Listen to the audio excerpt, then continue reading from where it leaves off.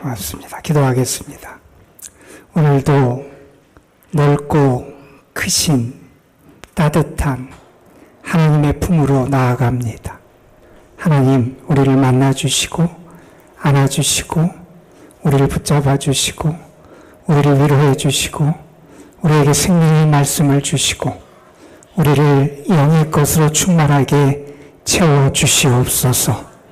하나님을 만나는 기쁨이 우리에게 있게 하여 주시고 하나님이 주시는 것으로 채워지고 만족하는 은혜가 우리에게 있게 하여 주시고 여호와 하나님을 기뻐하고 주를 찬양하고 주님으로 말미암아 다시 회복되는 은혜의 역사가 우리에게 나타나게 하여 주시옵소서.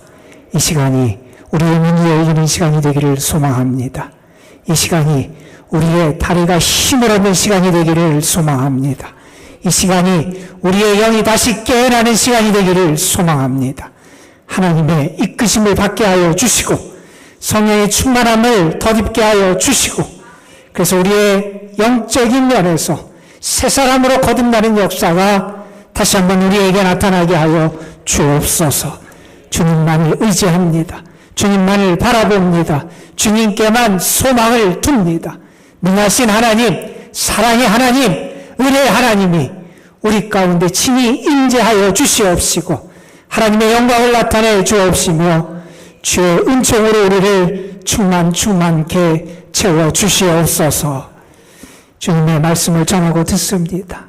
부족한 것을 가려주시고 하나님의 뜻만 우리 모두에게 들려지게 하여 주시고 말씀이 믿어지게 하여 주시고 말씀이 살아 역사하는 하나님의 능력의 말씀이 됨을 체험하는 복된 시간이 되게 하여 주옵소서. 아버지 하나님, 휴가철을 맞아서 쉴터 중인 성도들 많이 있습니다. 저들을 하나님 보호하시고 지켜 주옵소서. 또한 육신의 연약함으로 하나님 앞에 나오지 못한 분도 있고 연로함으로 하나님 앞에 나오고 싶은 마음은 간절하나 주님 앞에 나오지 못한 영혼들도 있고 이런저런 삶의 얽매임으로 하나님 앞에 나오지 못한 영혼들도 있습니다. 하나님 저들을 긍휼히 여겨주시고 주의 사랑으로 덮어주시고 하나님 주님 안에서 하나님이 주시는 구원과 생명과 생수를 경험하는 은혜를 저들도 누리게 하여 주옵소서. 이 시간 하나님의 영이 우리 가운데 지금 역사하여 주시기를 바라옵고 원하오며 우리 구주 예수 그리스도의 이름으로 기도드리옵나이다. 아멘. 신앙생활의 중요한 열매 가운데 하나가 변화라는 열매입니다. 변화는 우리 신앙에 있어서 정말 중요합니다. 그런데 그 변화가 어디에서 일어나느냐, 그리고 어떤 방향으로 일어나느냐 하는 것이 더 중요하다는 것을 우리는 모두 다 잘 알고 있습니다. 때로 우리의 삶에서는 부정적인 방향으로의 변화도 나타나기 때문에 그렇습니다. 괜찮은 사람이었는데 세상의 이런저런 풍파 가운데 사람이 닳고 그래서 좀 안 좋은 사람으로 변화되는 모습을 보여주기도 합니다. 우리는 긍정적인 방향으로 우리의 삶이 또한 우리의 믿음의 모습이 또한 우리의 걸어가는 인생의 길이 아름답게 변화되기를 소망하는 사람들입니다. 문학가 괴테는 바람직한 변화의 모습을 이렇게 표현합니다. 우리는 변하고 새로워지고 젊어져야 된다. 그렇지 않으면 점점 굳어진다. 우리는 변하고 새로워지고 젊어져야 된다. 이 괴테의 말은 우리 신앙인의 변화를 말했던 사도 바울의 말씀과 크게 다르지 않은 말씀 같습니다. 사도 바울은 고린도서 4장에서 이런 말씀을 했습니다. 우리의 겉사람은 낡아지지만 우리의 속사람은 날로 새로워집니다. 우리의 속사람이 날로 새로워진다는 거예요. 우리의 속사람이 날로 젊어진다는 거예요. 우리의 속사람 가운데 참된 변화의 모습이 나타나고 있다는 고백입니다. 매우 값비싼 괴종시계를 가지고 있던 한 노인이 있었다 그럽니다. 어느 날 그 시계가 고장이 나서 멈춰 버렸습니다. 아무리 시계를 움직이려고 해도 시계가 제대로 움직이질 않습니다.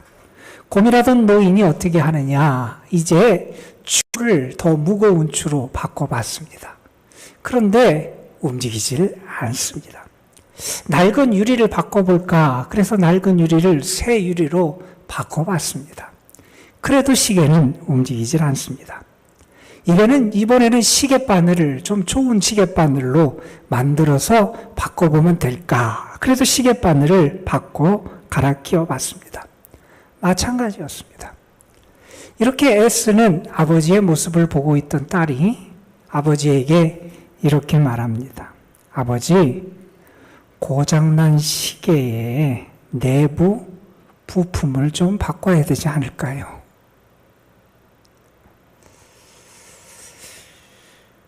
남아프리카 공화국의 전 대통령이었던 넬슨 만델라와 관련된 일화입니다. 아주 유명한 이야기지요. 그가 흑인 인권운동을 하다가 처음에 투옥되게 됐던 때의 일입니다. 나름대로 정의로운 일을 했고 그 갖고 해야만 하는 그러한 일을 했다는 자부심이 있었던 사람입니다. 그런데 투옥이 되고 나서 아주 억울한 마음이 그의 마음속에 생기게 됩니다. 그리고 또한 그가 생활했던 그 감옥의 환경이, 조건이 그렇게 좋은 조건이 아니라 아주 열악한 상황이었다 그럽니다. 변호사가 면담으로 왔는데 변호사한테 그분이 그런 하소연을 했대요. 이곳이 너무나 열악합니다. 지옥 같습니다. 이런 얘기를 했다 그럽니다. 그렇게 시간을 보내는데 계속해서 그 요건은, 상황은, 환경은 좋아질 기미를 보이지 않습니다. 시간이 지나면서 그는 그래서 문득 이런 생각을 하게 됩니다. 내가 이곳에 머무는 동안, 투옥되는 동안에 감옥의 환경이 좋아질 가능성은 전혀 없을 것 같다. 자, 그럼 어떻게 해야 되느냐? 환경이 좋아지지 않으니 이제 내 마음을 좀 바꿔 먹어야 되겠다. 이런 생각을 하게 됐다 그럽니다. 그래서 그의 마음을 바꿔 봅니다. 나중에 그 변호사가 다시 면회를 왔다 그래요. 또 물었어요. 지금도 여기서 지내는 게 지옥 같습니까? 그랬더니 대답을 아닙니다. 이제 천국 같습니다. 그런 거예요. 아니, 그동안 환경이, 조건이 많이 개선됐습니까? 그가 대답을 합니다. 아닙니다. 감옥은 그대로인데 내 마음이 변했습니다. 내 마음이 변했습니다. 여러분, 무슨 말입니까? 우리가 인생을 살아갈 때 외부 환경, 조건 중요합니다. 그런데 그보다 더 중요한 게 있다는 거예요. 우리의 내면이 더 중요하다는 겁니다.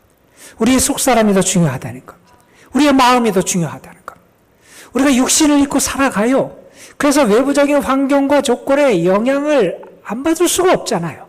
그걸 초월해서 살아갈 수가 없어요. 그러나 여러분, 우리의 속사람이 달라지고 우리의 마음이 달라지면 내가 어떤 마음을, 내 내면이 어떻게 변화되느냐에 따라서 외부적인 환경과 여건이 열악함에도 불구하고 우리는 평안을 누릴 수도 있고요. 그 안에서 만족할 수도 있고요. 그 안에서 기쁨을 누리며 살아갈 수도 있다 하는 사실입니다. 여러분, 이것은 우리의 삶뿐만 아니라 신앙에 있어서의 변화에서도 마찬가지입니다. 내면의 변화가 중요하다는 거예요.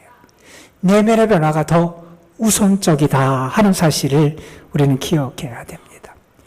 우리가 살아가면서 무언가 변화에 대한 동기를 갖게 되는 그런 일들이 있어요. 이대로 있어서는 안 되겠다. 뭔가 좀 변화돼야 되겠다라고 하는 그러한 생각을 갖게 되는 계기 가운데 하나가 우리가 만나는 시련과 위기와 고난과 역경이라는 겁니다. 우리가 어려움을 만나게 되면 우리가 그 앞에 노출이 돼요. 그러면서 우리의 현재의 모습이 그대로 적나라하게 드러납니다. 내가 가진 능력이 어떻게 되는지, 나의 연약함은 무엇인지, 나의 실상은 어떠한지, 나의 한계가 무엇인지를 알게 됩니다. 그리고 또한 우리가 위기와 시련을 만나게 되면 우리의 삶에서 기존에 잘못된 것들, 연약한 부분들, 어그러졌던 부분들이 드러나게 되어 있습니다. 그때 우리는 생각하게 되지요. 내가 그대로 있어서는, 기존의 틀 안에 머무러서는 똑같은 반복적인 것이, 그러한 일이 나에게 계속되겠구나. 이제 내가 좀 달라져야 되겠구나. 이제 내가 좀 변화되어야 되겠구나 하는 생각을 하게 됩니다. 여러분은 그런 생각을 해보셨습니까? 여러분이 좀 달라져야 된다, 변화되어야 된다 하는 그러한 동기를 여러분은 느끼고 계십니까? 어느 분이 현대 그리스도인의 모습을 아프리카에 있는 강과 비교해서 이런 말을 남겼습니다. 아프리카는 물 없는 강이 많습니다. 어떤 강은 강이라는 명맥만 유지할 뿐 강이라고 하기도 민망할 만큼 초라하고 비참합니다. 심지어 그 근처에는 나무도 자라지 않습니다. 그런데 오늘날에는 물 없는 강처럼 명맥만 유지하고 억지로 신앙생활하는 사람이 많은 것 같습니다. 메마른 정신, 형식과 전통만 유지하는 그리스도인들을 많이 볼 수 있는 것 같습니다. 여러분은 어떻습니까? 여러분은 살아있는 신앙인입니까? 하나님이 여러분의 모습을 보면서 기뻐하시고 즐거워하시는 그러한 믿음의 모습을 여러분은 보이며 살아가고 있습니까? 오늘 우리는 호세아서를 읽었습니다. 호세아서는 당시 북왕국 이스라엘이 당했던 위기를 영적인 측면에서 바라보고 진단하고 있습니다. 그들에게 무엇이 잘못됐는지, 그들이 무엇을 버려야 되는지, 그들이 어떻게 바뀌어야 되는지, 그들의 실상을 바라보며 그들에게 경고와 하나님의 생명의 말씀을 통해서 그들이 하나님께 돌아오도록 촉구하는 말씀을 주시는 게 이 호세아의 말씀입니다. 여러분, 특별히 오늘 말씀은 아주 유명한 말씀이고 우리가 설교 시간에도 많이 들었던 말씀입니다. 묵은 땅을 기경하라 하는 하나님의 말씀이 선포되는 그 중간에 있는 말씀을 우리가 오늘 읽었습니다. 호세아는 특별히 묵은 땅이라는 표현을 통해서 굳어져 버린 사람들의 마음과 상태를 고발합니다. 여러분, 묵은 땅은 오랫동안 방치한 땅입니다. 경작하지 않고 내버려둔 땅입니다. 처음에는 좋은 땅일 수도 있습니다. 그런데 시간이 지나면서 그대로 방치합니다. 갈지도 않고 거름도 안 주고 경작도 안 하고 씨도 뿌리지 않고 그대로 방치하게 됩니다. 거기서 엉겅퀴가 납니다. 잡초가 무성해집니다. 쓰레기까지 뒤덮이는 몹쓸 땅이 되고 만다는 겁니다. 지금 이스라엘의 상태가 어떠냐? 몹쓸 땅, 묵은 땅이 되어 버렸다는 겁니다. 여러분, 우리가 신앙생활을 하면서 경계해야 될 것 가운데 하나가 내 신앙이 형식화되는 거예요. 내 신앙이 굳어져 버리는 거예요. 마치 화석처럼 내 신앙이 굳어버리는 그런 것을 우리는 경계할 수 있어야 됩니다. 우리가 신앙생활을 하면서 우리의 신앙은 점점 자라가야 됩니다. 그런데 어느 순간 성장을 멈출 때가 있어요. 성장이 멈춰지면 딱딱해지고 굳어집니다. 하나님을 의지하는 마음도 없어지고요. 하나님을 향한 경외심도 사라지고요. 하나님의 은혜에 감사하는 마음도 희미해지고요. 하나님의 구원에 감격하는 그 감격의 마음도 점점 사라지게 됩니다. 굳어져 갑니다. 여러분, 그렇다면 어떻게 해야 될까요? 오늘 호세아서의 말씀은 이런 상태에 있는 사람들이 어떻게 변화되어야 되는지, 그들이 살아나기 위해서 무엇을 준비해야 되는지를 우리에게 교훈해 줍니다. 이 호세아는 분열 왕국 북이스라엘에서 활동했던 그런 예언자예요. 나라가 멸망하기 전에 하나님의 부르심을 받고 하나님의 경고와 하나님께서 심판하실 것을 전하고 또 그들이 돌이키도록 하나님의 부름을 받고 하나님의 말씀을 전했던 선지자가 이 호세아라는 선지자예요. 주전 8세기에 활동했던 그런 선지자고요. 당시 북왕국이 우상숭배와 물질주의의 죄악에 빠져있는 그것을 특별히 고발하면서 하나님의 말씀을 전했던 그러한 선지자입니다. 여러분, 이 당시가 어떤 왕 때냐면 북왕국 여로보암 2세라고 하는 왕 때입니다. 그 왕 때의 상황을 우리가 세상적인 관점에서 보면 좋은 때였어요. 정치적으로 불안하지 않았어요. 국가가 안정되어 있었어요. 경제적으로도 부유함, 풍요로움을 사람들이 많이 경험하며 살아가던 그런 때였습니다.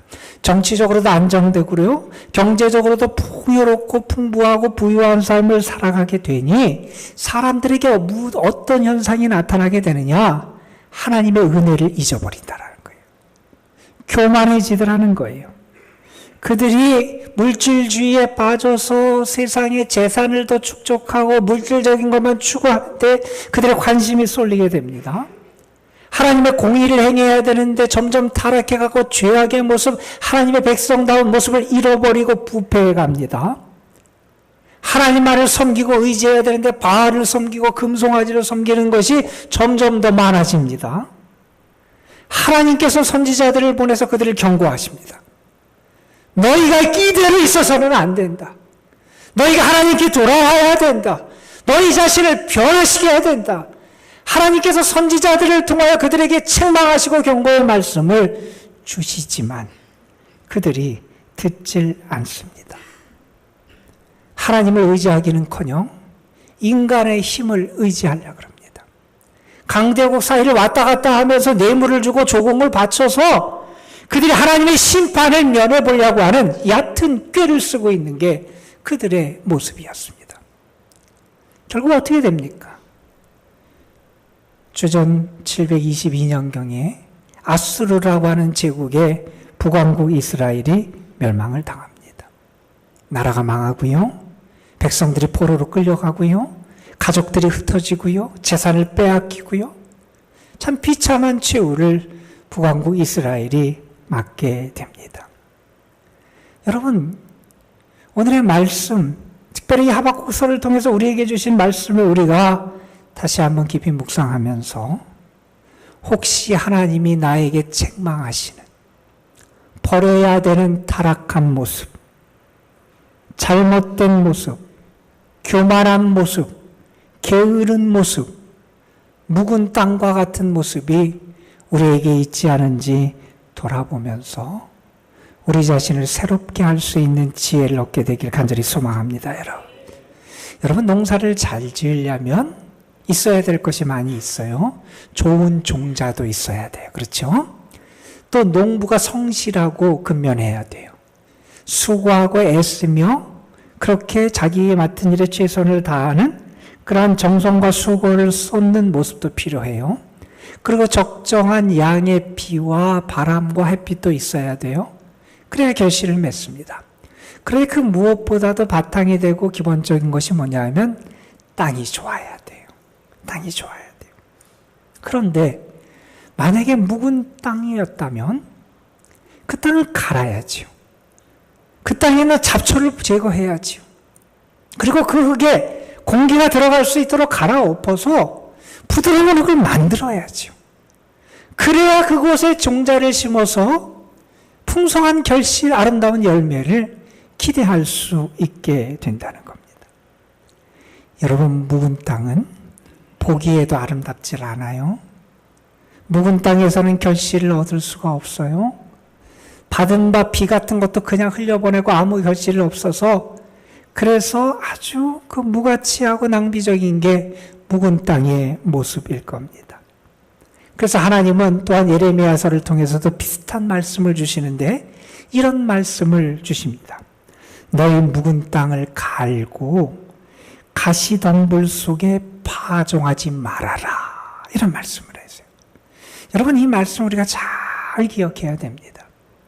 묵은 땅을 갈아야 돼요. 가시덤불 속에 그냥 파종하면 안 된다는 거예요. 그런데 우리는 묵은 땅을 갈려고 하지도 않아요. 가시덤불 속에 그냥 파종하고 뭔가 좋은 열매가 맺히려니, 나에게 풍성한 결실이 있으려니 그런 기대를 하며 살아간다는 겁니다. 여러분, 오늘 말씀을 통해서 저는 여러분 개인이나 여러분 가정이나 또 우리 교회나 우리나라 이 민족 위에 하나님의 은혜가 함께해서 우리가 갈아엎어야 될 묵은 땅을 갈아엎는 기경하는 은혜의 역사가 있게 되길 주님의 이름으로 축원합니다. 여러분, 이스라엘이 갈아야 될 묵은 땅이 있었어요. 여러분, 호세아 우리가 10장 말씀을 읽었는데 이 10장 말씀에만 봐도 하나님께서 이스라엘의 죄악을 고발하시는 말씀이 여러 말씀이 나와요. 특별히 하나님께서는 이런 말씀을 하십니다. 이스라엘 백성이 두 마음을 품었다는 거예요. 그들이 하나님을 섬기는 것 같고 하나님을 믿노라 하지만 온전한 마음으로 하나님을 믿지 않더라는 거예요. 그들의 마음이 하나님을 믿는 것 같지만 한편으로는 바알이라고 하는 우상을 향해서 그들의 마음이 가 있다는 거예요. 아니, 마음이 쪼개지고 나누어 있으니 어떻게 온전하게 하나님을 신실하게 섬기며 살아갈 수 있겠냐는 겁니다. 하나님은 또한 이런 고발을 하십니다. 그들이 하나님을 배반했다, 이런 말씀을 하세요.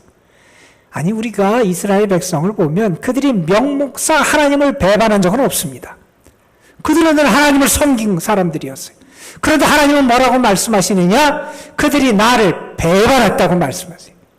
왜요? 그들이 지금 양다리를 걸치고 있는 거예요. 한 다리를 하나님께 놓고 있어요. 다른 한 다리는 우상과 바알신에 놓고 있어요. 한 다리는 하나님께 걸치고 있어요. 다른 한 다리는 세상의 강대국, 세상의 왕에게, 사람에게 한 다리를 걸치고 있다는 거예요. 하나님 없이 그들이 양다리를 걸치고 있는 거예요. 이것은 하나님을 배반하는 모습이라는 거예요. 이러한 모습과 이러한 상태로 하나님 앞에 나아갈 수도, 하나님을 진실하게 섬길 수도, 하나님의 은혜를 받을 수도 없다는 거예요.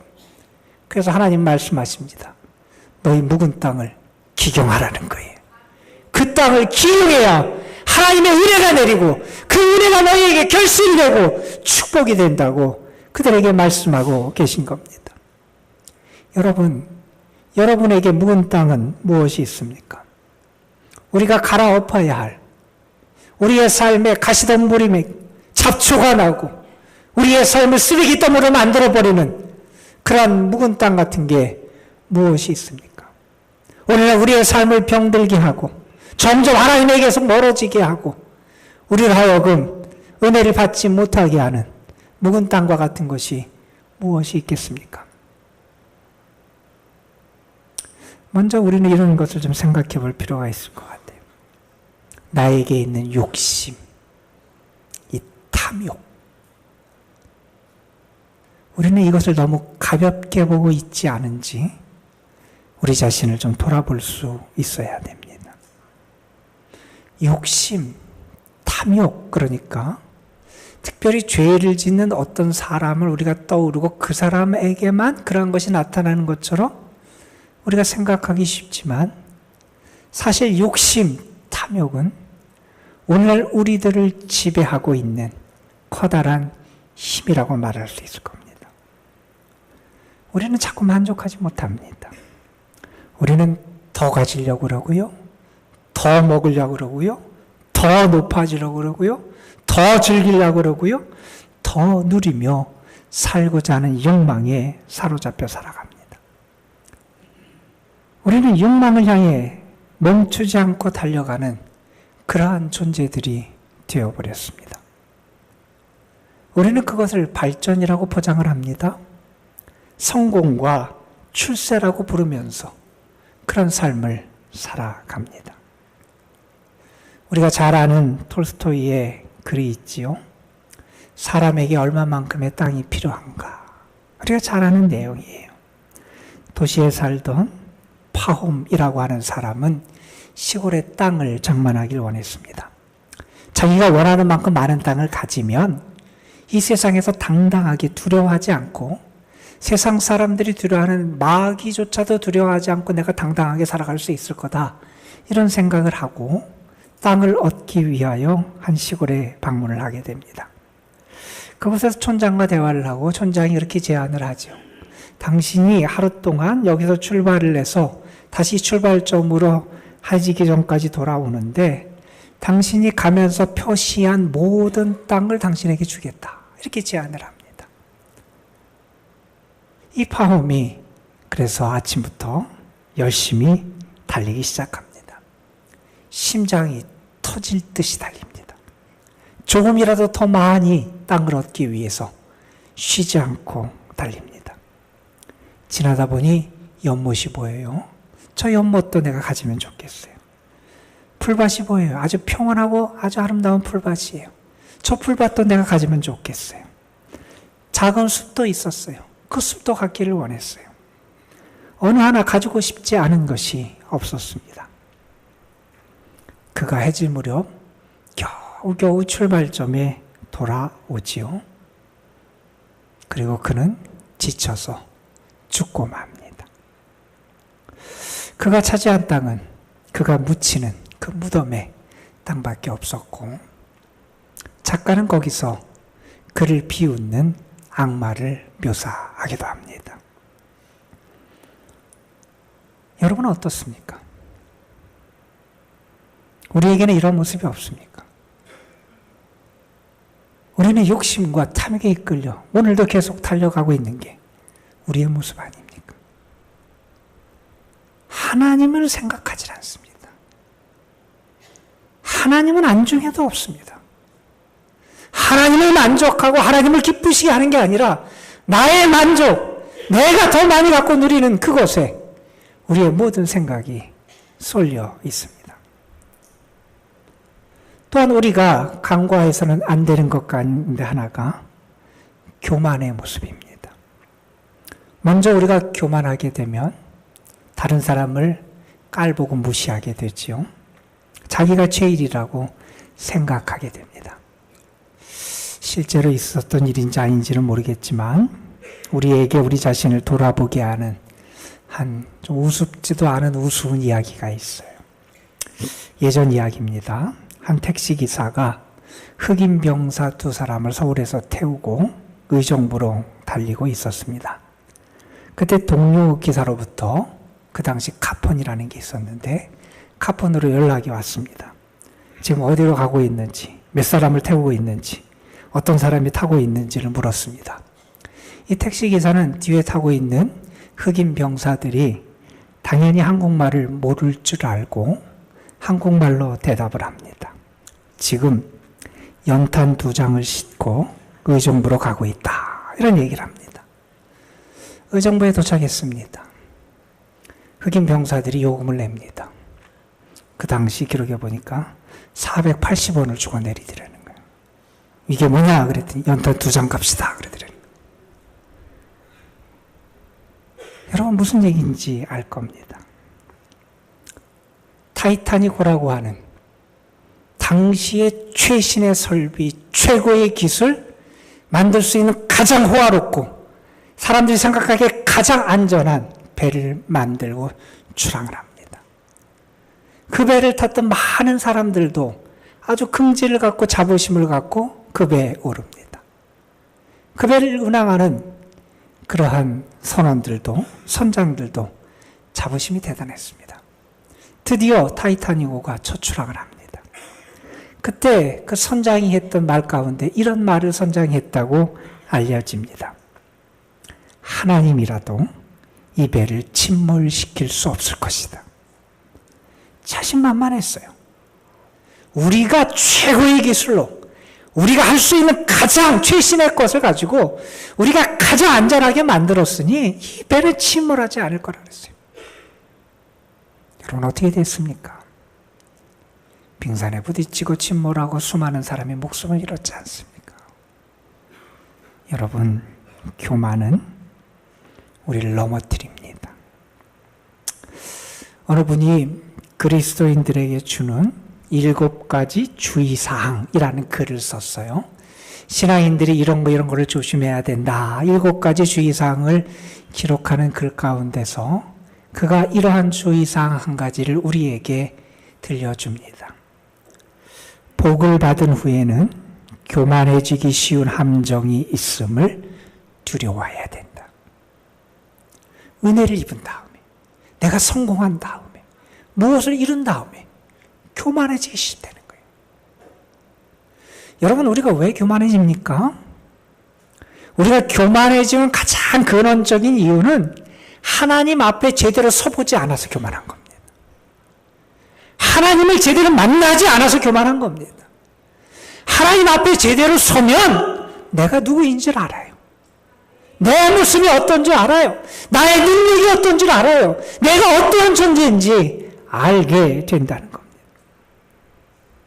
그런데 하나님 앞에 제대로 서보지 않으니, 하나님을 제대로 만나지 않으니 내가 대단해 보입니다. 나를 분수에 맞지 않게 지나치게 대단한 것처럼 착각합니다. 내 능력과 힘으로 내가 하나님 없이도 살아갈 수 있을 것처럼 착각하더라는 겁니다. 여러분 어떻습니까? 여러분에게 혹시 이 교만이 지금 남아있지는 않습니까? 여러분은 정말 하나님 앞에서 그분을 만나 그분의 앞에, 그분의 영광과 능력 앞에 고개를 조아려 본 적이 있습니까? 우리 모두는 변화된 삶을 살아야 된다는 걸 잘 알아요. 그리고 우리는 때로 결심합니다. 내가 이제 달라져야지. 내가 변화돼야지. 내가 새로워져야지. 그런데 우리는 변화되지 못할 때가 많이 있습니다. 그 이유 가운데 하나는 우리의 영적인 나태, 게으름 때문에 그렇습니다. 미뤄버려요. 지금 내가 달라져야 되는데 나중에 하나님의 말씀을 붙잡고 그 말씀에 내 자신의 삶을 걸고 살아가야 되는데 나중에 영적으로 하나님 그분의 뜻 안에 나를 맡기고 내가 정말 변화되고 새 삶을 살아가는 모습과 그러한 열매들이 나타나야 되는데 그것을 소홀히 여깁니다. 예전보다 많이 살만해졌습니다. 그러면서 우리의 신앙은 점점 게을러지고 나태해졌습니다. 절실하게 하나님을 찾지 않습니다. 그래도 살만합니다. 기도의 자리를 떠나 있으면서도 위험을 느끼지 못합니다. 세상 것으로 만족하다 보니 하나님은 계셔도 그만, 안 계셔도 그만인 분처럼 취급합니다. 예배에 절실함과 간절함을 잃어버렸습니다. 하나님이 나에게 맡겨주신 물질, 그것에 대한 책임감도 사라져가고 있습니다. 하나님은 우리에게 일임하신, 하나님께서 우리에게 맡겨주신 사명에 대한 헌신도 점점 사라집니다. 그러면서 즐길 것대로 다 즐기면서 신앙생활에는 너무 느긋합니다. 여러분, 그동안 우리는 하나님을 잊고 살았습니다. 하나님을 믿는다 그러지만 하나님을 무시하고 살았습니다. 나의 능력, 내가 이룬 것, 내가 가진 것, 내 속에 있는 뜻, 이런 것만 있으면 행복하고 잘 살 것처럼 착각하며 살았습니다. 여러분에게 묵은 땅은 없습니까? 정말 갈아엎어야 될 묵은 땅은 없습니까? 여러분, 우리는 욕심에 이끌려 살아왔던 우리의 삶을 회개할 수 있어야 되고요. 하나님 없이도 얼마든지 살을 수 있다고 하는 교만한 마음을 회개해야 되고요. 우리 자신이 나태하고 영적으로 게으르게 살아왔던 것을 회개할 수 있어야 됩니다. 그리고 그곳에, 갈아엎은 그곳에 오늘 말씀처럼 하나님의 공의를 심고 이제는 정말 하나님을 찾고 하나님을 붙잡고 살아가는 삶의 열매를 맺을 수 있어야 된다는 겁니다. 지금이 하나님을 찾을 때라는 것. 좋은 농부가 씨앗을 뿌렸습니다. 그리고 그 농부는 자기가 수고하지만 하늘의 은혜를 구합니다. 우리도 그렇습니다. 하나님을 찾아야 되고 하늘의 은혜를 구해야 되고 하나님을 신뢰하는 삶을 살아갈 수 있어야 한다는 겁니다. 그런데 북이스라엘 백성들처럼 그들이 하나님을 찾고 하나님의 은혜를 구하는 게 아니라 그들이 가지고 있는 무기를 의지하고 병사가 많은 것을 의지하고 하나님을 찾지 아니하고 하나님을 외면했던 그들의 모습이 혹시 우리의 모습이 아닌지 우리 자신을 돌아볼 수 있어야 됩니다. 여러분, 우리가 하나님 말씀에 순종해서 묵은 땅을 갈고요. 그곳에 하나님의 공의를 심고요. 지금 하나님을 찾으면 하나님의 말씀에서 약속하시잖아요. 내가 너에게 올 것이다. 하나님이 임재하신다는 거예요. 내가 너희에게 공의를 의를 비춰서 내려주실 거다. 하나님이 우리에게 은혜를 주신다는 거예요. 그 은혜가 여러분의 은혜가 되고 하나님의 베푸시는 축복이 헛된 것으로 돌아가지 아니하는 그런 복이 여러분에게 있기를 간절히 축원합니다. 여러분, 권정생이라는 동화 작가가 계셨어요. 그분이 자신의 글에서 자기가 체험했던 이야기를 이렇게 소개하는 그런 내용이에요. 거기 나오는 내용입니다. 한 번은 그분이 완행 열차를 탄 적이 있었답니다.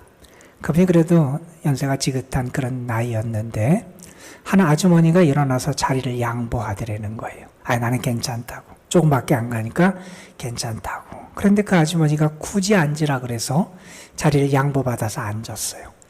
자리에 앉으면서 이분에게 갑자기 그런 생각이 들더라는 거예요.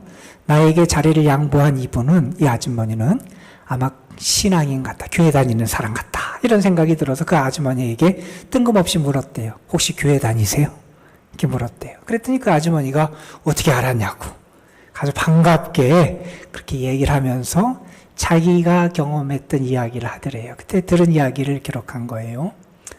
그 아주머니가 시골 교회 집사님인데 한 10년 전쯤에 이상한 체험을 하나 했답니다.